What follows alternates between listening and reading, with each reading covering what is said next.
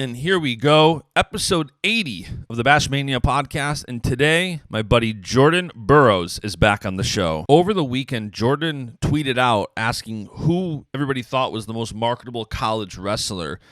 And I ended up doing a deep dive Sunday morning, thinking about engagement and who it could potentially be. So I told Jordan right away, let's hop on the podcast this week and talk about it. If you haven't subscribed to the podcast, be sure to subscribe wherever you listen. Apple, Spotify, Google, Stitcher, Overcast, wherever you listen to podcasts, be sure to subscribe to Baschamania. And if you enjoy this episode, be sure to leave a 5-star rating and review on Apple Podcasts. It's Baschamania!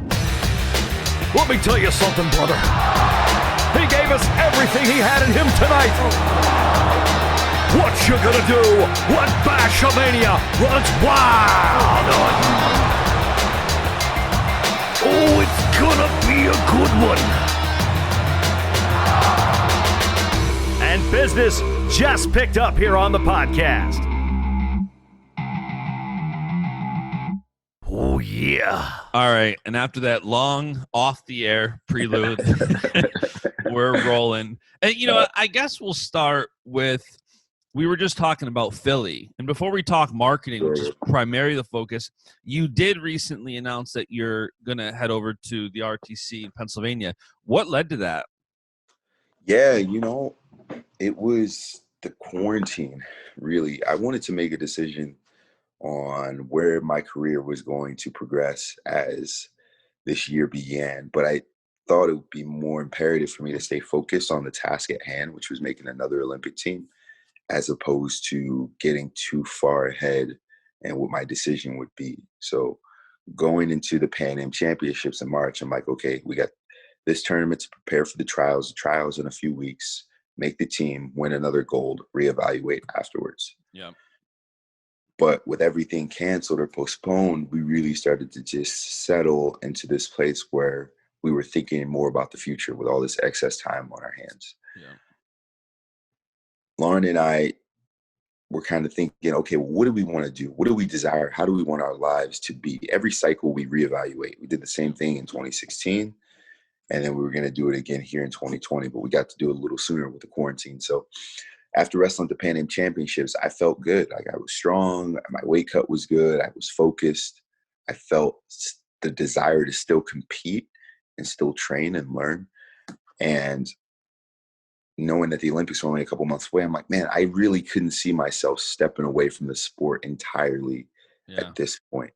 I would feel like I had more to give, and that I still had a desire to give that level of effort. I think that the mind fatigues way before the body. So I've always felt that I've had to work harder to keep my mental sharpness more than I had to keep my body from breaking down.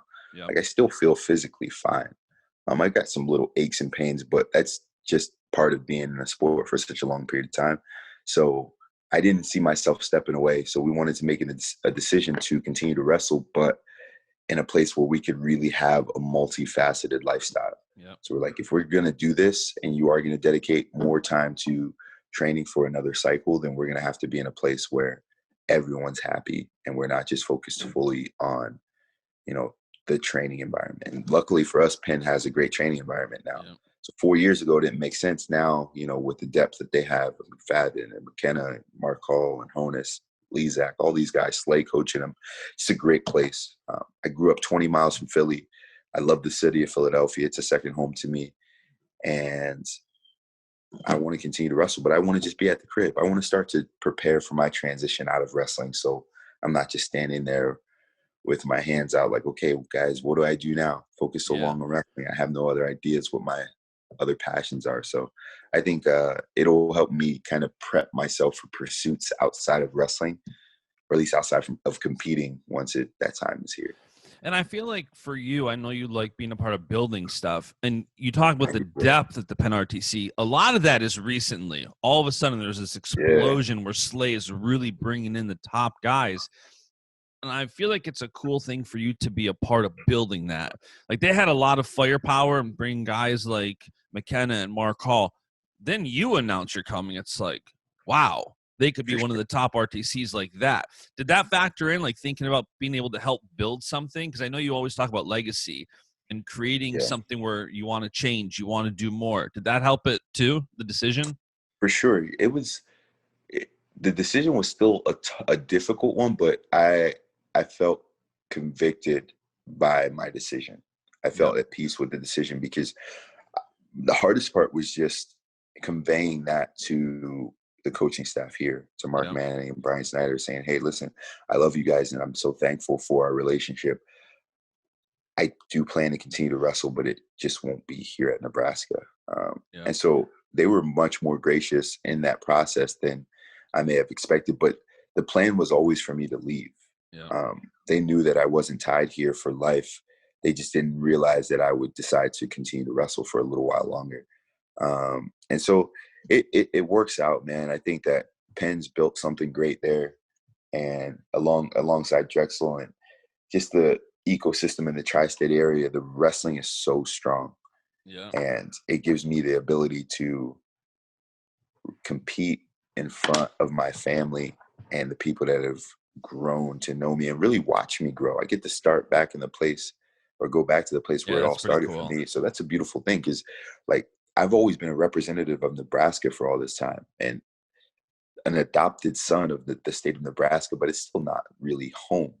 Jersey You've will been there like a always be. third of your life. You've been there, Yeah, what, yeah. like 12 years? You're 32? Like 15, bro. This is my 15th year here in Nebraska. 15? 15. Golly. I've been here almost longer than I was in Jersey. I left Jersey at 18, and I've been here for 15. So That's like wild. this is a big part of my life, bro. I've only ever lived in two places. So, you know, it's a unique time, but I'm at peace with the decision, and I'm looking forward to the future. Yeah, I'm excited selfishly that you guys will be closer to us.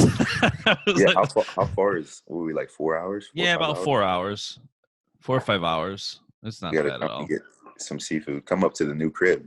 Yeah, By the time, when's the crib finish? probably January, February. Okay. So yeah, by the time we get there, It'll be ready. it'll be ready. It's funny. Jeremy Kelly commented on my Instagram yesterday saying you're building a fortress. I said, dude, if you venture too far down I-90, I just want to make sure you have a place to stay. And it's having a new home, bro. It's a beautiful thing. I'm excited for you. That's it. It's exciting, man. I can't wait to be able to have a proper place to host people. We love hosting her family. We love hosting friends if we're able to, and they come into town. So to be able to have a house that can actually host people and let people stay in a guest bedroom and all that, it's exciting. I'm actually headed there after this. So Yeah. the reason we kind of started texting about doing this podcast is, in typical Burroughs fashion, you tweet something and you start a conversation. You start an entire dialogue when you tweet stuff, which it's awesome for the sport. But you tweeted out about wondering who the most marketable college wrestler is right now. And I kind of really dove into it because I saw it late at night. And I always tell myself, don't tweet late at night because I don't think like I do in the morning. And I said right away, Yanni, Gable, or RBY. Yeah. And I said that because those three guys seem like they care about marketing the most. Yeah. Spencer's kind of laid back. So then I started going through it, and I'm like, well, Spencer has like the second or third biggest audience. Spencer has the biggest engagement. So it's such an interesting topic. Spencer does a good job, bro. Like he's low key. He's not as like he's not as dude. His engagement rate is 17%. It's stupid. He goes like if you follow him, like he likes a lot of stuff. He retweets a lot of stuff. Like he responds to very often. So yeah, he's in there. What made you think about this on Saturday night? That's a good question. So I was in California. Yeah. So it wasn't late at night for me.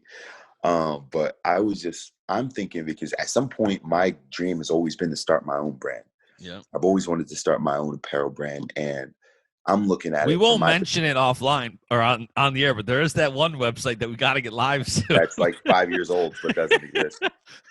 And so I'm thinking, okay, well, who is the next guy that's really going to transcend the sport? And not a guy that's necessarily like marketable, like he can make money, but who's the guy, right? Who's going to be the next JB that comes out and kind of transcends the sport and does special stuff at an elite level from a competition standpoint, but also is someone that sponsors can pump money behind with confidence that they are, able to really move the needle. And so, I was kind of thinking about a couple of things that made someone marketable, right? Because there's so many things, and I constantly think about it because so we went on a family vacation to San Diego, and I brought my photographer from Lincoln, Nebraska with me, a guy named Levi Ventura, who shot my documentary Gold Never Gets Old last year. And so I'm always trying to find ways to create new content, spice up my feed, because ultimately the better you're following, the more opportunities you'll provide for yourself.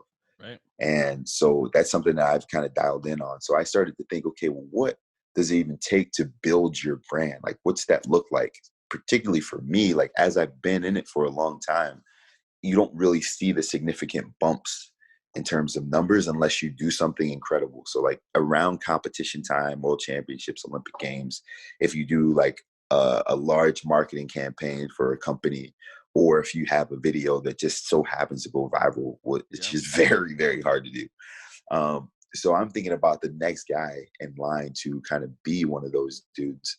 And it's hard to kind of pinpoint, because I think we have a lot of guys that are high level guys, but as you know, winning's not enough. Like, you can't just win and be a star. Like, you've got to provide some sort of unique approach to the sport. And that's why there's athletes out there that have won a ton that no one knows. And there's athletes out there that haven't won anything that everyone knows and make a ton of money. So it's a really interesting concept. So I was kind of like breaking down, last night I was thinking, after we had this conversation, like, what criteria would make an athlete marketable? And so I came up with 5 criteria. So number 1 is like charisma, right? So basically it's like personality. When they're being interviewed, how do they react? How eloquent are they in their interviews? How exciting are they to watch? How many people just want to hear them talk, speak, listen to them? That's number 1. Number 2 for me, and these are in no particular order, is social network consistency, right? So how often are they responding and engaging with their fan base? Are they active on social? Are they posting? Do they respond? Are they in the know and keeping people updated with what's going on in their life? Number 3 is style. And so style is, I kind of broke down into 2 things. So it's wrestling style. Like, how exciting are you to watch? Are you offensive? Are you a guy that's going to go after it, let it fly, do cool stuff? And then personal style. And so I'm thinking of guys like Bryce Meredith and Bo Nickel with the cool hair, right? They got blonde hair and they got tattoos, and, people have earrings. And it's just like, what kind of style do you bring to the mat? And now you look at guys like Dodo, it's custom kicks, and people are wearing customized shoes. And, these guys have a knee sleeve and like all types of things, but it's just bringing some sort of flavor and zest to the match. 4 is winning ability. So you got to win. You know what I mean? Like, you can be a star, but at some point you're going to have to compete at the highest level. It's only so long that you can just kind of put yourself in this position of prominence by just your approach to social and being stylish. And then lastly was desire to be a star. Right. I think that's ultimately the X factor, because there are a lot of people who, they may have style and they may, love to win, but they don't necessarily desire to be a star. They might be introverted, or they might just be low key and don't really feel the need to put themselves out there, essentially, to do all these things. So honestly, for me, I'm just looking at who the next guy will be, because I would like to be helpful in this process of trying to help groom them to see what it's like out there to, start to garner this type of attention, put themselves in position to do the things that they want, and ultimately be a marketing machine so they can make a bunch of money, take care of their families, and eventually, do the same thing, inspire the next generation. And it seems like among the top guys in the sport, whether it's fun to watch, whether it's winning, you have guys like Gable and RBY and Spencer who, if you look at a guy like Gable or Spencer or Yanni, they've got a lot of world level success already, which helps build their following. And then you look at a guy like RBY, who doesn't have nearly as much on the credential side, but he's pumping out content. He's putting himself in every card he can.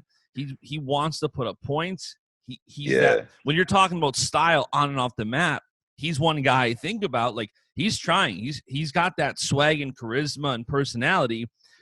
But like you said, you also have to go out and win world and Olympic medals, because a guy like Spencer can follow the model that I think Snyder took, which was Snyder was hot. He was never too big into marketing, but he was really hot, won some world and Olympic gold medals, got his deal with Rudis, got his deal with others, and now he's just kind of coasting. And I think that's where he coasting marketing that's where we want it to be.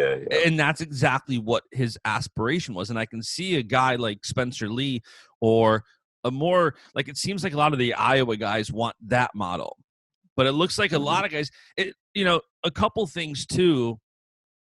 Number one is, I feel like a lot of wrestlers right now coming out of college and early into the senior level look at you and say, Jordan Burroughs set the bar. He's the standard. I want my social like Jordan. I want a lot of followers. I want a lot of engagement. I want the professionalism. But I think what some people fail to think about is you've been at this for 9 years at least. Like, one of the reason you kind of caught fire in 2012, aside from winning the Olympics, was you were tweeting out nonstop. You were brazen on social. You said, my next tweet will be from the top of the podium. That's crazy. Like, your handle was all I see is gold, and it's like, I'm curious, what advice would you have for people that want to be where you are now, but they're not? You are where you are because of where your career is at right now as well. You weren't as protective with your feed. You weren't doing the things you're doing now that you are who you are. What advice would you have for somebody who's 10 years younger than you, that's on the earlier side of the career, saying, I want to be like Jordan, but I feel like there's a gap between where they are now and where you are now. And if you were doing what you're doing with your social right now 10 years ago, I don't think you'd have nearly the same impact. Yeah, that's a good question.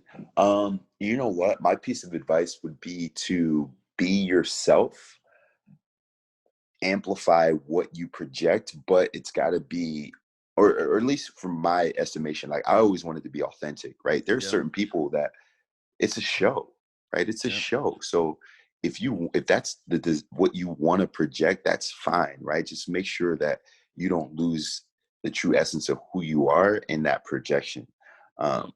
I always wanted to be myself everywhere I was. You know what I mean? So, like, I never wanted to have to be this social chameleon that changed the way that I address people based upon the situation or environment that I was in. I wanted to be transparent and authentic. But, different things for different people. I don't necessarily know if Conor McGregor is as brash and, pretentious everywhere he's at. But when the cameras are on, like, he's putting on a show. And that's why I've never seen an ascension as quickly as I've seen Conor do it. And, he talked himself into a fight with the greatest boxer of all time. Like, just talked him. And he was a champion too, right? So it's not like he was just some random guy on the street. But I think that you can do things like that, but I prefer to do it with taste. It's just who I am. But I also am excited for the individual that is going to try to continue to increase their following with different methods. So right now, like, I pulled up RBY's IG and said, you're right, bro. Like, he's making content, which in college no one really does, right? They just snap a couple of low res photos and slap them up on their page. I think those are some of the things that you have to do. So if I could give my younger self a piece of advice, I thought I did a fairly good job, but one is consistency. You have to be consistent. You can't post. And even in this process now, that's why, like, bringing a photographer, I'm like, okay, I have this lengthy catalog now of photos that I can release over the next several weeks as I start to, continue to build this sort of content so I don't necessarily have to go 3-4 days in a row and then a month-long break. So I think consistency, I think engagement, responding to your fans. Like, people want to be talked with and not necessarily talked at. 100%. So responding to comments, saying thank you, saying what's up, saying hello to a few people, retweeting cool tweets that you see from friends that may be encouragement to you or empowerment to you. And just, making people know that you see them, like they are visible and they're appreciated. I would say,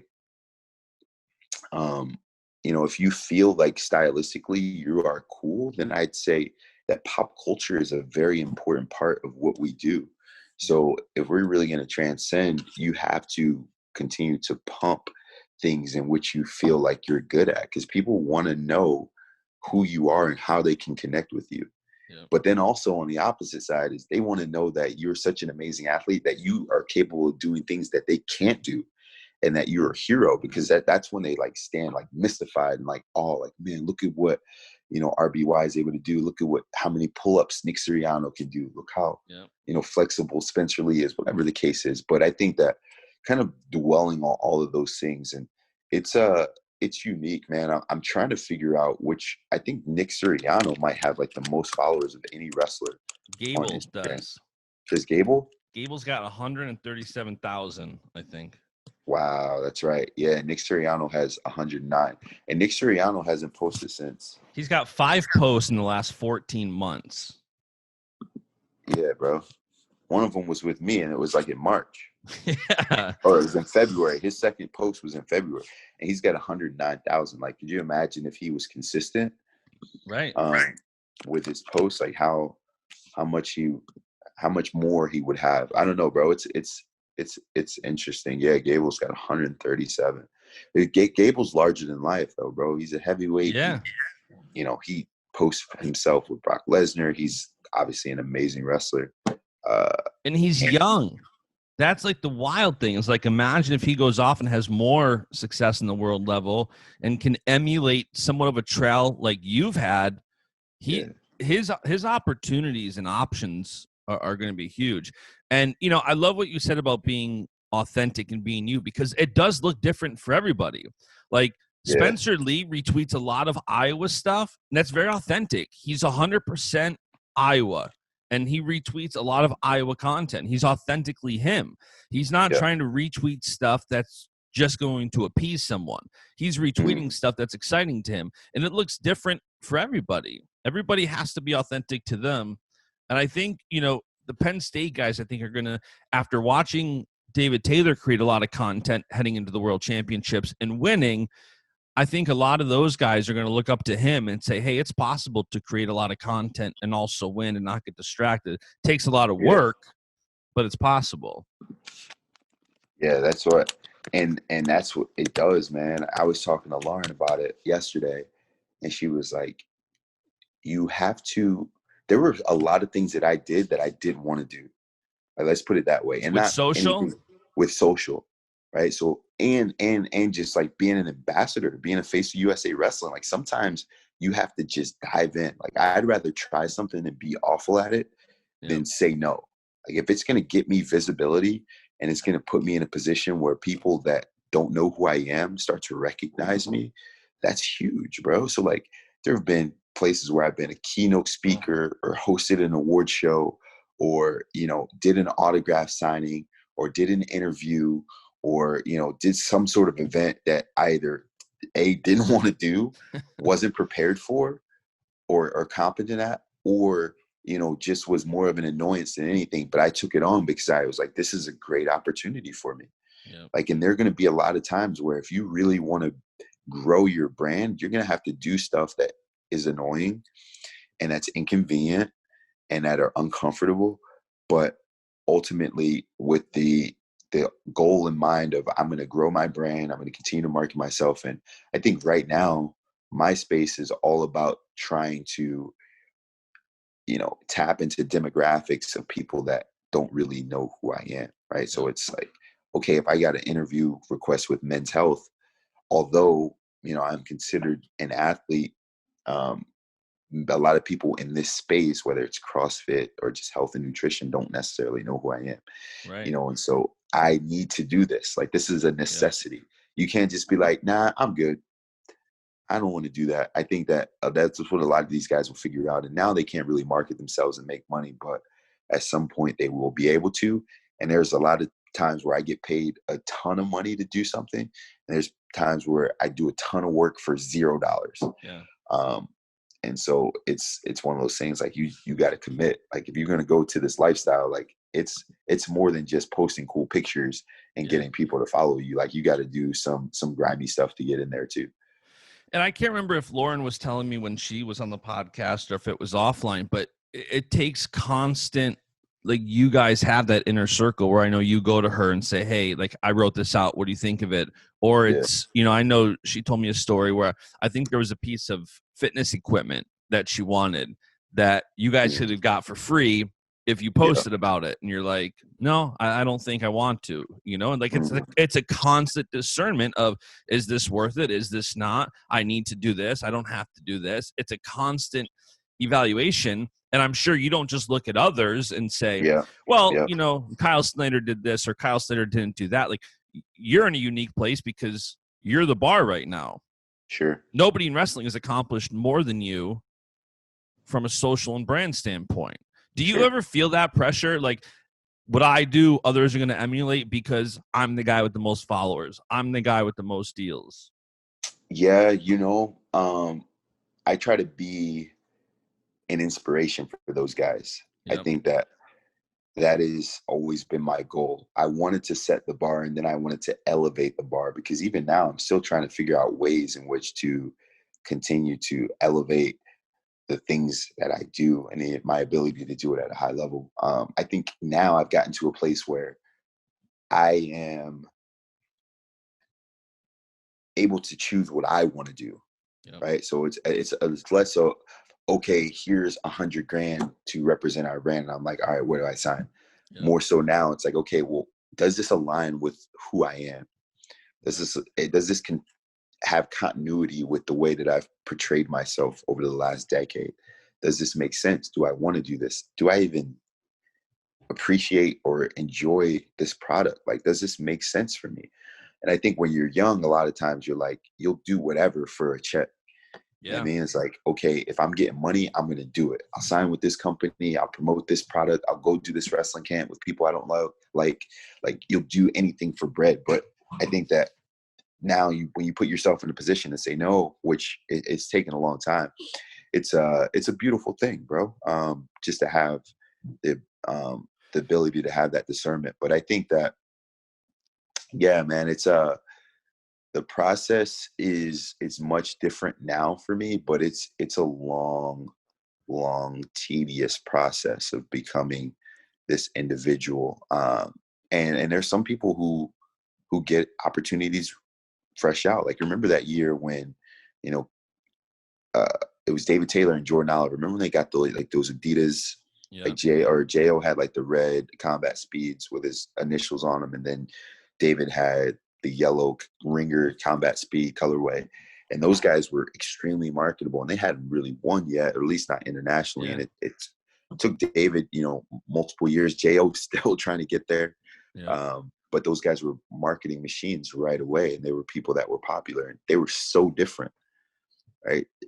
J.O. is, you know, tatted up. He, you know, is from Easton, PA.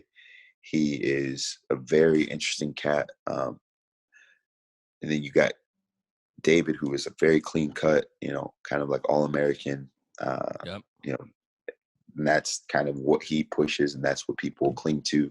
So it's just really interesting how this thing works. But yeah, I try to be that guy.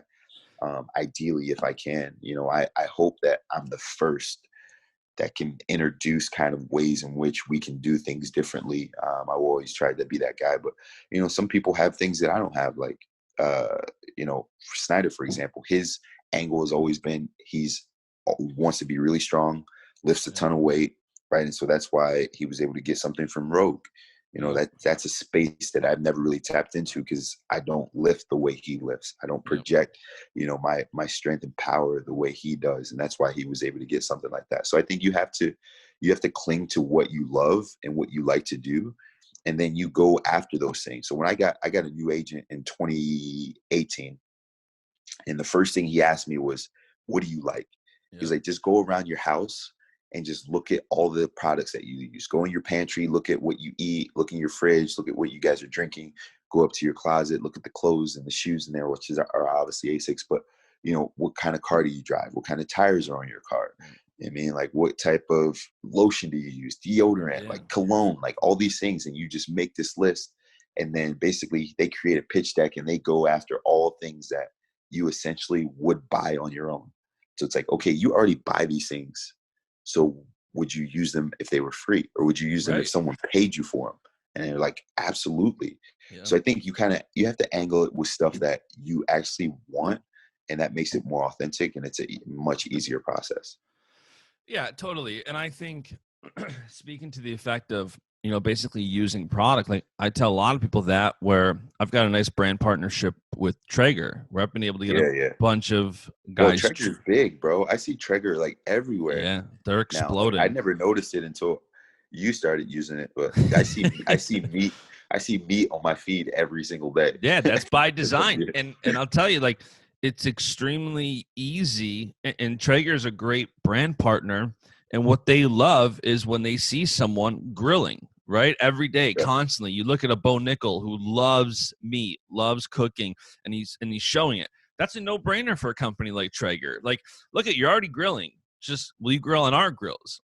And a lot of people are like, I want this deal, I want that deal. You got to show yourself first and kind of prove yourself. Mm-hmm. You're not in today's day and age. There's a lot of people who can grow a big following and can have great engagement and be at a different competition level, but still make themselves extremely valuable and extremely marketable. Lolo Jones has done a great job of that over the years. She's gotten deals with companies like Red Bull, and she's nowhere near as accomplished as she wants to be on a world and Olympic level. Mm-hmm. But the amount of deals she's got from being authentic, the same things you've said, it's wild. And I think, do you think if there's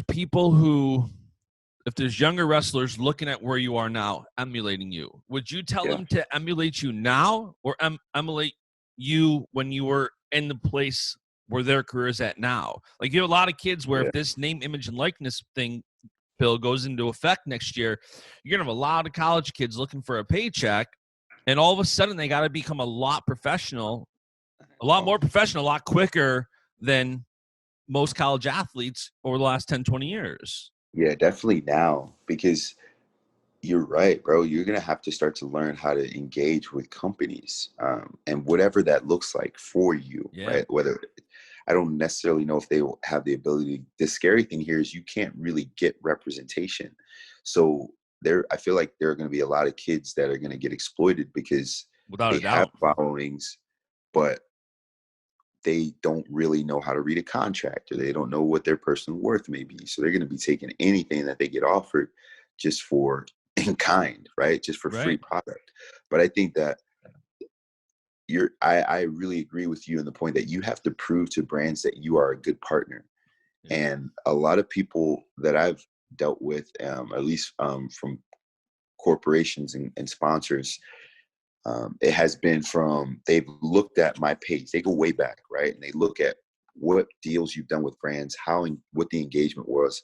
And then they'll start to even collect insights. Like, before they even offer you a deal, they're like, okay, well, we need to see what your reach was for this photo, how many likes it had, how many follows you got because of it, how many website clicks you got because of it. Because we're not just going to give you $10,000 to post and then get 3 people to buy something. We need to know that your followers are actually engaged. And then I think that being a good brand partner starts way beyond you actually strike a deal. Sometimes you just take a product that you really like and you just promote it. Like, I've gotten free stuff for the family just because, like, I'll be and take a picture with Rise or Beacon, and I'll tag whatever company's baby clothes he has on. I'll tag a baby carrier. I'll tag a stroller. I'll tag, like, whatever, a freaking binky. And then they'll see it. And I'm like, seriously, bro. Yeah, I believe it. And they'll see it and they'll be like, oh, this is awesome, bro. We'd love to send you more of our stuff. And it's just like, it's that simple. Like, you can't always wait to get paid before you start to tag a company or promote their product. Like, you're buying it, bro. So like, Right. you're already promoting it. So, essentially, if you can do something with a brand, in terms of like already promoting it for free, like, this is just what I like to drink. I drink Red Bull when I'm kicking it with my friends and tag Red Bull. Like, it's Red Bull's a very large company, so they might not see it, but you never know, bro. Like, you never know what's out there. You might get free product, and then eventually they'll see the response that you get, and then they will start to think about striking a deal to establish a real relationship.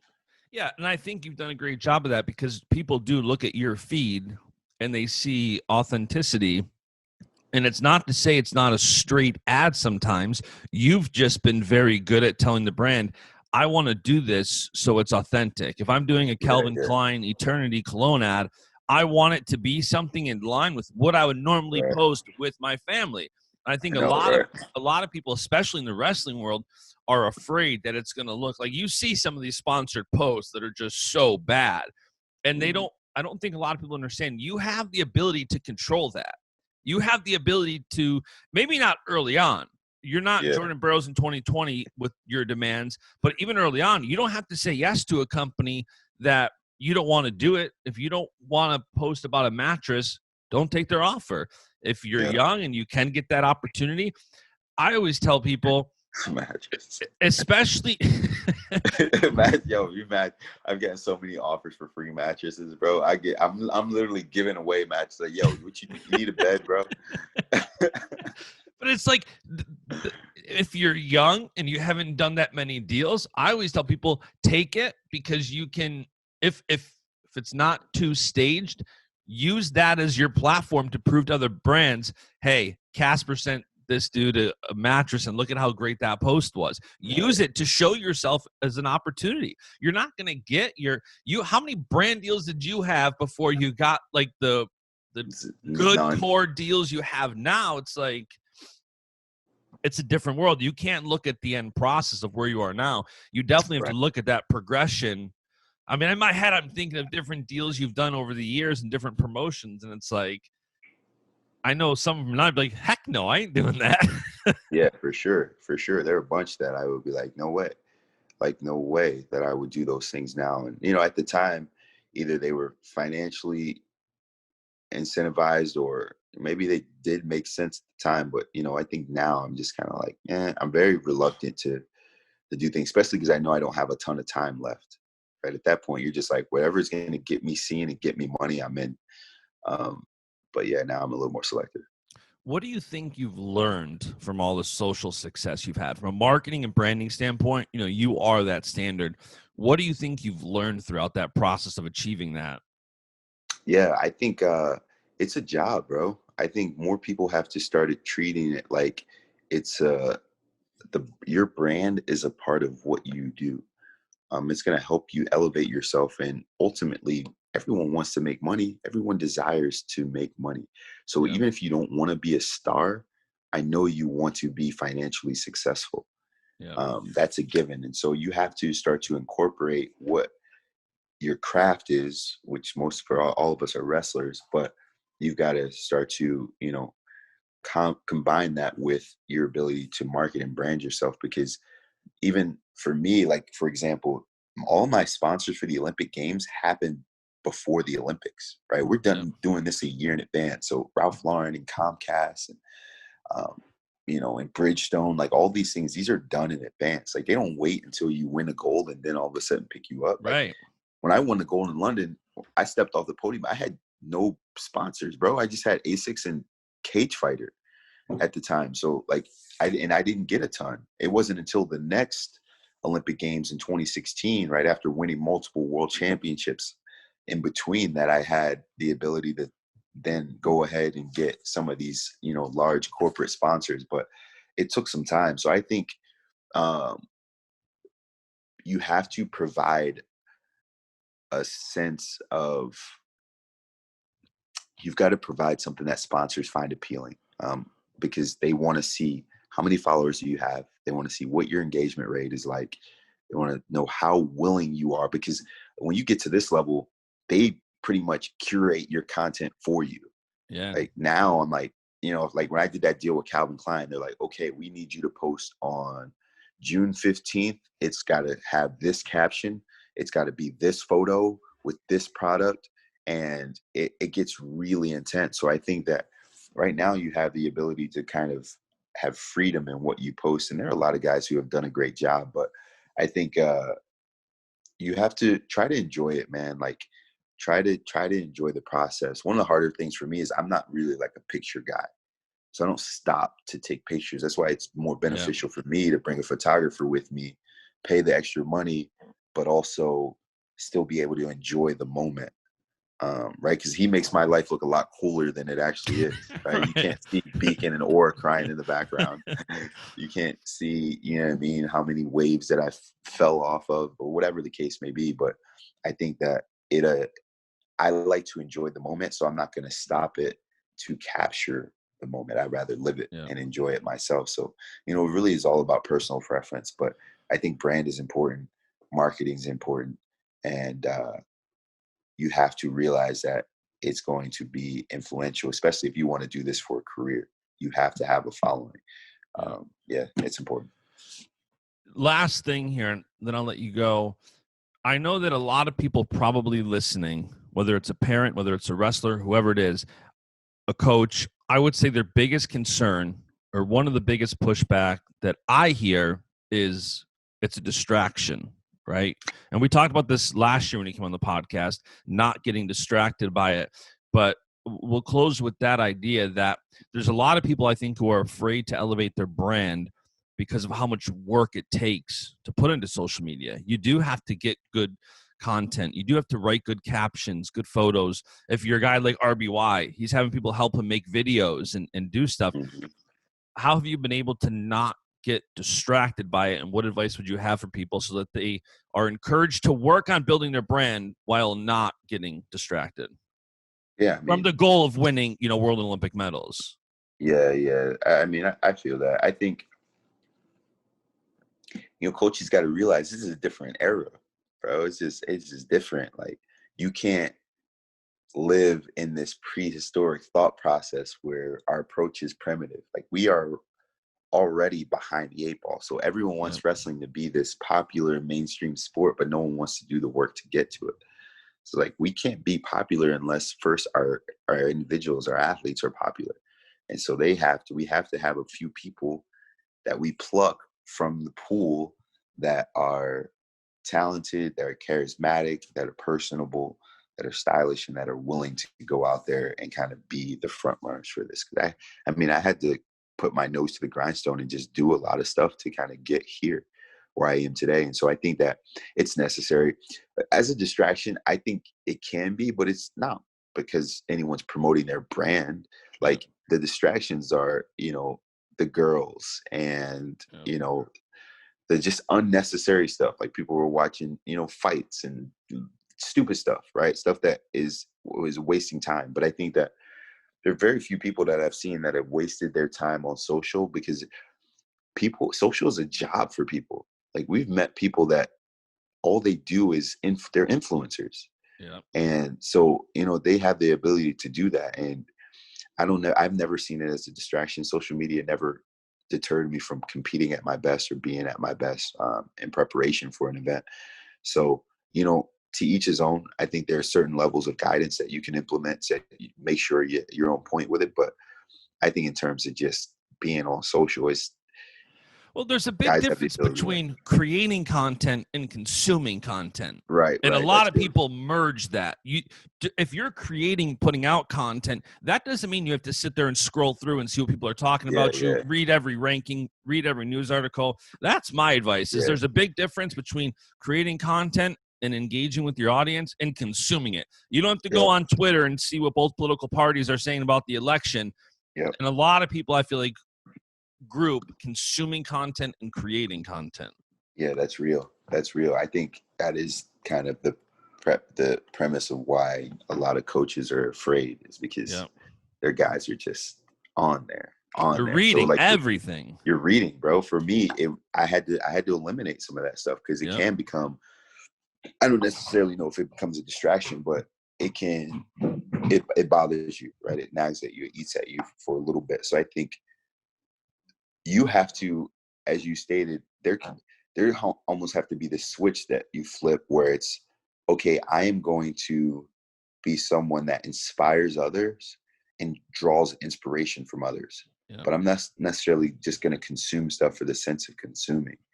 Like, I think it's like this brain drain where you're just like Right. in this veg state where you're just like, man, I'm just going to scroll, see what's happening, but not really adding anything to it. Right. But I think, as I mentioned in one of my posts a long time ago, but it's like the best way to have a great feed is to live a life worth telling people about. So when you're doing exciting stuff, you're winning, you're competing at a high level, you're training hard, you're experiencing cool things outside of the wrestling room, that is worth capturing and worth sharing. And that's when people will be drawn to you anyway. So if you're just consuming stuff, chances are you're not doing anything anyway. You don't have a great feed. So yeah, you got to be telling a story. And when you do that, like for me, I posted the picture, I don't know if you saw it, of all the dirt around our house. And it's like the engagement was off the charts because it's authentic. Everybody's like, oh, that's kind of cool and this and that. And it's part of a story I'm telling about going through this process. That has nothing to do with me consuming content. That's a different animal. But I feel like if you're looking at social media from a narrow mindset, you're gonna group in reading rankings and articles and this person's opinion, that person's opinion, with you creating content. Yeah, bro, that's real. That's real. That's good.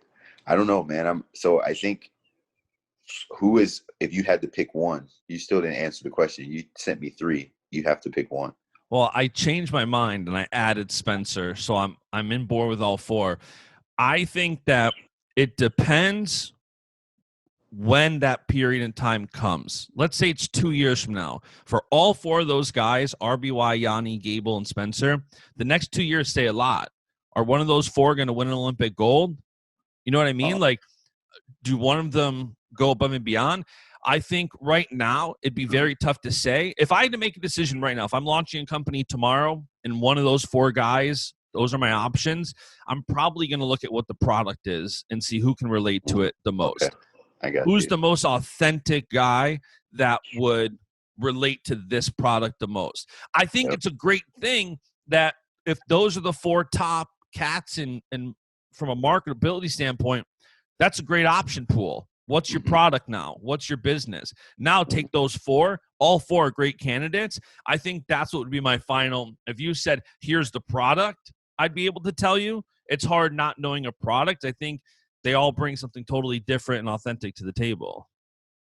That's why I was going to ask you who you thought, but I didn't know if your answer is the same. Like, it depends on if you have a specific company or something in mind. I think that's the answer.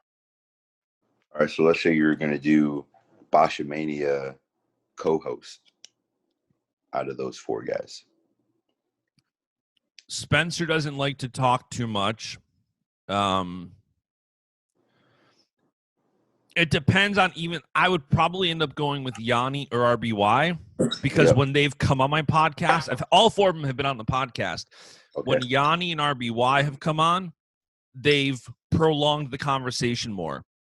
Gable and Spencer are very reactive. You ask them a question, they'll answer. Both RBY and Yanni, they'll kind of engage in the conversation. You know what I mean? Like, that's how granular it gets for me. Like, if they're going to be a podcast co-host, Yanni is a brain of wrestling knowledge.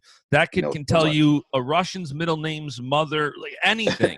So, like, for a co-host, I'd either want him or RBY because of that personality trait. Yeah.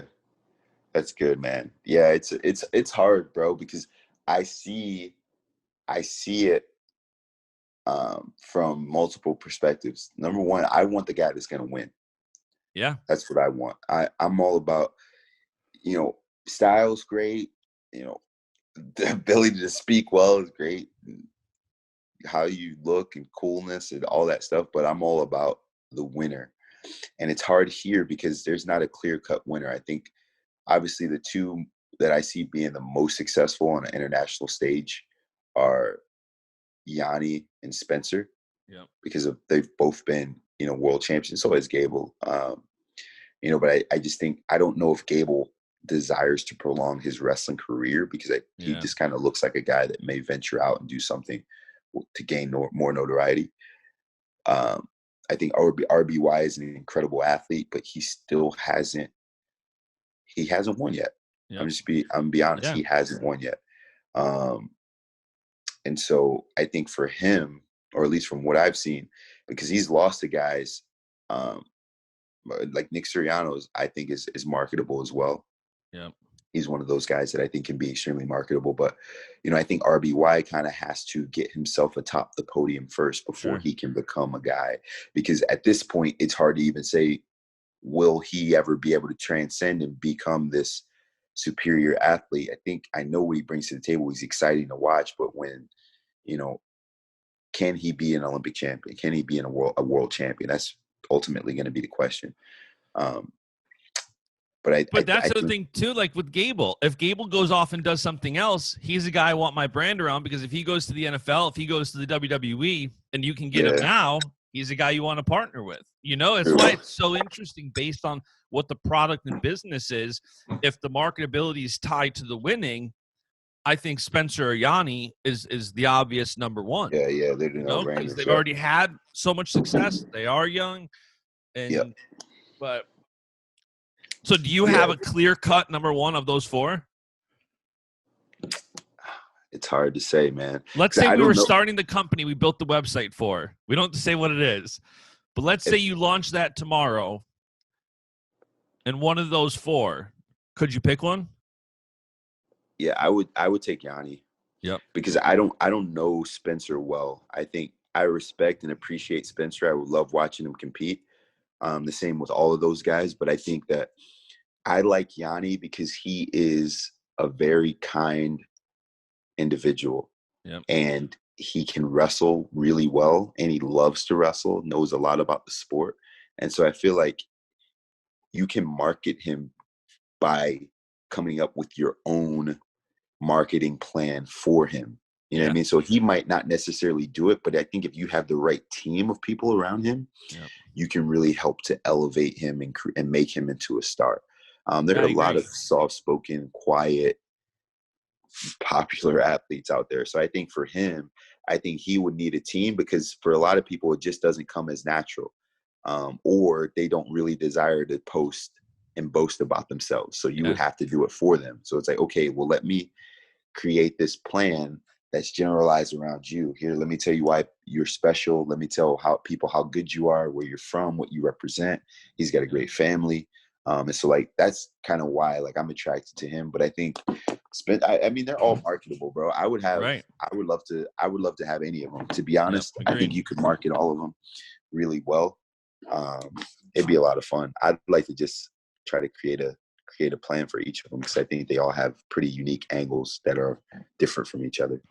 We need to partner up. Website, social. You've been there. We I know, right? We need to be like a nice plan. I'm a consulting firm, right? Like, right. Come see me if you need advice on what companies to go to. I don't know, but it'll be fun though, bro. Yeah, I agree. All right, man. I'm sure all the kids are starting to wake up. Yeah, they're almost up. They'll be up soon. Well, anything else you got before I let you go here? No, that's good, bro. Appreciate you, man. Always pleasure talking to you. And let's likewise, man. Thank you for making the time. I know how busy you are. That's why at first I'm like, there's no way he's got time early this week to talk about this while it's hot. I'm like, he's got time. Yeah. I know. Now I get it. I'm about to go. We got practice this morning, so about to head out here soon and get ready to train. Awesome, man. Have a good day, and we'll talk soon.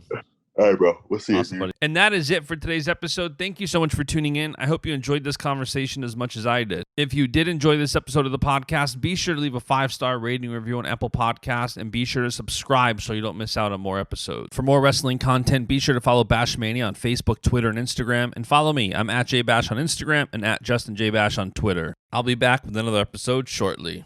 See ya. And the beat goes on. Goes on. Goes on. Goes on. Goes on.